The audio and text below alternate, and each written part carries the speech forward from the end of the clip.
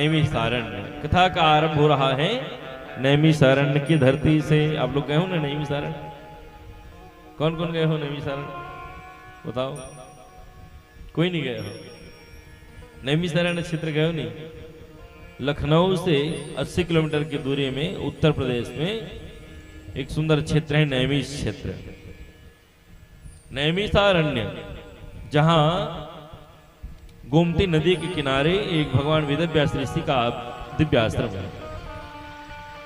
एक और सरस्वती नदी बह रही है और एक और गोमती नदी बह रही है। ये नदियां हैं, तीर्थों से बहती हैं। सारी नदियां अपने अपने तीर्थों के नाम से बड़ी प्रसिद्ध हैं। गंगे च यमुने चैव गोदावरी सरस्वती नर्मदा सिंधु कावेरी तीर्थानिम जलदानदः। तो सारे तीर्थ अपने अपने किसी न किसी नदी को लेकर के स्थिर है। आज नैमिषारण्य में भी एक सुंदर नदी बह रही है। एक और गोमती नदी है और एक और सरस्वती नदी है। गोमती नदी के किनारे बैठ करके सारे 88 ऋषि महात्मा आज सुध जी महाराज से प्रश्न पूछते हैं। और प्रश्न पूछते समय सबने हाथ जोड़ लिया। पूछने वाले को बहुत विनम्र होना चाहिए। हाँ, पूछने वाला श्रोता विनम्र भाव से पूछे। पूछने वाला क्रोध करके पूछे तो ऐसा प्रश्न करने वाला प्रश्न वगैरह का उत्तर कहां से मिलेगा? तो श्रोता के लक्षण बताए गए कि श्रोता बड़े संयमी होने चाहिए, श्रद्धालु होने चाहिए, जिज्ञासु होने चाहिए और श्रद्धावान होना चाहिए। श्रद्धावान लभते ज्ञानम, जिनमें श्रद्धा रहेगी ना उनको ज्ञान की प्राप्ति होगी। पर जिनके अंदर श्रद्धा ही नहीं हो, उन्हें कितना भी ज्ञान दो, जैसे रात्रि भर यदि बारिश हो, आपने मटका ऊपर रख दिया छत पर और सुबह जाकर देखा तो मटके में तो एक बूंद भी नहीं ठहरी। रात भर बारिश हुई महाराज, छत पे मटका डली रही, सुबह देखे तो मटका सूखा का सूखा। कारण क्या है? कारण आपने मटका धर तो रखी थी छत में, लेकिन दुर्भाग्य से मटका उल्टा रखा था। छत में मटका रखा था लेकिन उल्टा रखा था। तो उल्टे मटके रहने से रात भर बारिश होगी तभी मटके में पानी भरने वाला नहीं है। ठीक ऐसे ही ये शरीर ही हमारा मटका है, ये देह ही मटका है और यहां कथा रूपी बरसात हो रही है। और यदि मटका उल्टा पड़ा रहा तो कितना भी कथा का बरसात हो, उस मटके पर कोई असर होने वाला नहीं है। तो उसको सीधा रखो, पात्र सीधा रहेगा तब जाकर के उनको कथा का रस मिलेगा। तो 88,000 ऋषि महात्मा भगवान सूत जी के पास में आए और आकर विनम्र भाव से हाथ जोड़ते हैं और एक प्यारा शब्द का संबोधन किया है, ज्ञान ध्वांत विध्वंसा। और कहने लगे, ज्ञान ध्वांत विध्वंसा कोटि सूर्य समप्रभा। कोटि सूर्य समप्रभा मतलब करोड़ों सूर्य की तरह प्रभामान। अज्ञान ध्वांत विध्वंसा कोटि सूर्य समप्रभा सुतख्या ही कथा सारम। कथा का सार सुना, पूरा सार जो कथा है उसको विस्तार नहीं करना। वक्ता को चाहिए कि समय अनुसार कथा करे। अब वक्ता अपना कथा सुनाया जा रहा है, सुनाया जा रहा है, सुनाया जा रहा है और श्रोता वो उन्माद में भरा है। श्रोता का ध्यान बार बार उबाई की ओर आ रहा है, नींद आ रहा है श्रोता को। हाँ? तो ऐसा भी किस काम का? तो कथा सारम, कथा का सार सुनाए और कथा में भी वो सुनाए मम कर्ण रसायनम, जो मेरे कानों को अच्छा लगे ऐसी कथा सुनाओ। तो सूत जी बोले, देखो तुम सबने बहुत सारे प्रश्न किए। पहले तो कहा अज्ञान द्वांद विध्वंस, अज्ञान को जलाने वाले, विध्वंस करने वाले, ज्ञान पुंज प्रकाश से भगवान को हम प्रणाम करते हैं। अब ये बताओ, अज्ञान को कौन दूर करेगा? अज्ञान को कौन दूर करता है बोलो? जैसे अंधकार है तो अंधकार दूर कैसे होगा? हाँ? अंधकार को दूर करने क्या करना पड़ेगा मिथिलेश? उजाला करना पड़ेगा, प्रकाश करना पड़ेगा। प्रकाश होगा तभी तो अंधकार दूर होगा। अंधकार छटता कब है? जब सूर्य का प्रकाश फैलता है। होता है कि नहीं होता? तो सूर्य के प्रकाश फैलने से अंधकार दूर होता है। सूर्य में इतना है, जैसे सूर्योदय हुआ रात्रि का घनघोर अंधकार भी पल भर में छट जाता है। लेकिन यहां एक प्रश्न ये आया, वह कैसा भी सूर्य हो, एक और स्थान है जहां अंधकार भरा है और उस अंधकार को दूर नहीं किया जा सकता। एक नहीं करोड़ों सूर्य मिलकर भी उस अंधकार में प्रकाश नहीं फैला सकता। कौन सा स्थान है वो? ये बाहर में जितने अंधकार रहेंगे ना, तो सूर्य उदय होते हुए उनमें प्रकाश फैल जाएगा। पर एक स्थान और है जहां अंधकार फैल जाए तो एक नहीं करोड़ों सूर्य भी आके प्रकाशित करें तो वहां प्रकाश नहीं फैलता। वो स्थान कौन सा है? अज्ञानता रूपी अंधकार।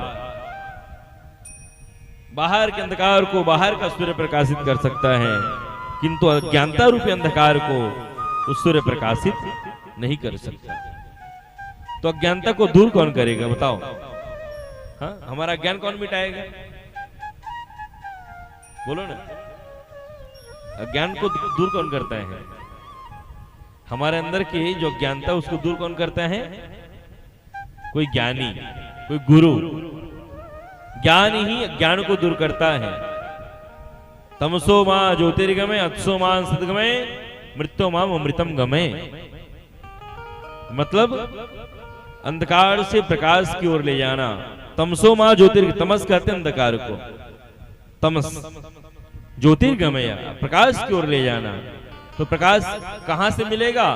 तो गुरु की कृपा से मिलेगा।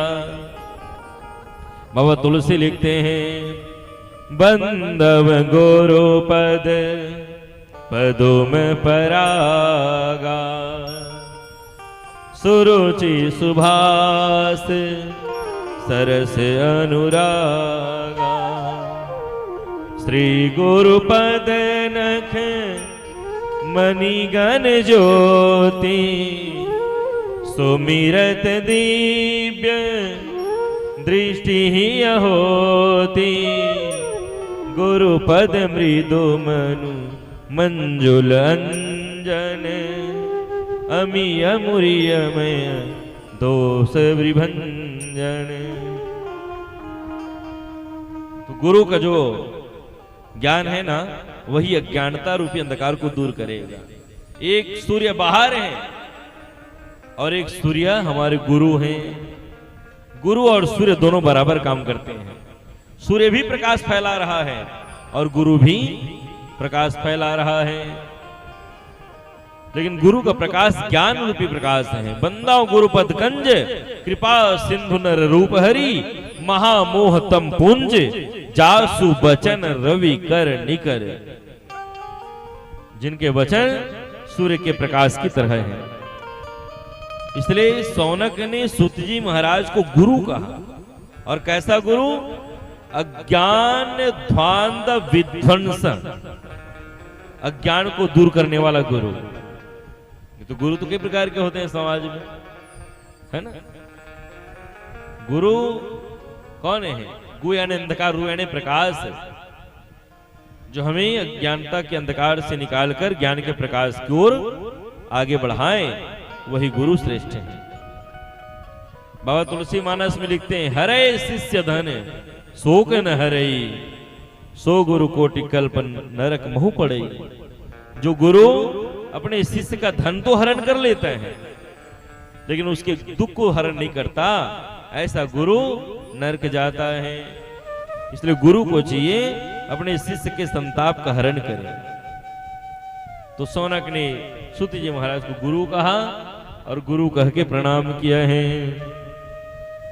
पूछा है, सौनक कैसे आना हुआ? तब शौनक ने फिर कहा, हे गुरुदेव, हम कथा सुनने आए हैं, हमें कथा सुनाइए। कैसी कथा? अकथनीय कथा, जिस कथा का कहीं कोई और छोड़ना हो, ऐसी अद्भुत कथा सुनाइए। सबने निर्णय किया तो 1000 साल तक कथा चली। इस कलिकाल में अब मानव मात्र के पास तो उतनी उम्र भी नहीं है। भाई ये कथा तब की थी जब सत्युग चल रहा था। सत्युग में आयु पहुंचा हुआ करती थी 1000 साल, 10,000 साल, 50,000 साल, 60,000 साल तक राजा लोग राज्य करते थे। ये तब की बात है। हाँ, पहले 1000 साल तक की आयु थी हमारी, अब तो धीरे धीरे शून्य कम होते गया। पहले 1 लाख बरस तक हिरण्यकश्यप तो स्वयं 36 लाख बरस तक तपस्या किया था। हाँ, तब जाके भगवान ब्रह्मा प्रसन्न हुए थे। तो लाखों लाखों वर्ष की आयु हुआ करते थे।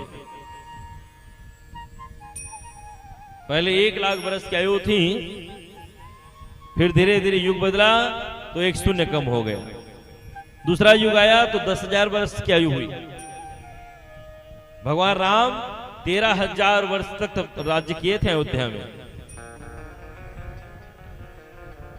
तो 10,000 की आयु बची, फिर एक युग बदला तो 10,000 में फिर 1 शून्य कम हो गया। द्वापर के आते आते 1 शून्य कम हो गया। तो 10,000 में कितना बचा? 1 शून्य कम हुआ तो 1,000। अब जैसे ही द्वापर युग समाप्त हुआ, कलयुग आ गया। और जब कलयुग आया तो 1000 में फिर 1 शून्य कम हो गया। अब कितना बचा? 100। 1000 में 1 शून्य कम होगा, 100 बचेगा ना। तो कलयुग में मानव मात्र को 100 वर्ष की आयु प्रदान करी। लेकिन दुर्भाग्य है मानव का, अब 100 वर्ष भी हम ठीक से नहीं जी पा रहे हैं। 60-70 साल होते ही आदमी की दशा विपरीत हो जाती है। 100 वर्ष तो जीना मुश्किल है। क्यों? क्योंकि अब पहले जैसा वह तन नहीं रहा। आयु प्रति क्षण क्षीण होती जा रही है, नष्ट होती जा रही है। ऐसे में कलिकाल में मंदा सुमंद मतियो मंद भाग्य महात्मना, आदमी मंद हो जाएगा, आयु कम हो जाएगी, भाग्य मंद हो जाएगा, कल्याण कैसे होगा? तब सूत जी महाराज ने कहा, कल्याण का एक ही मात्र साधन है, श्रीमद् भागवतम महामुनि। भागवत ही कल्याण करेगा और कोई दूसरा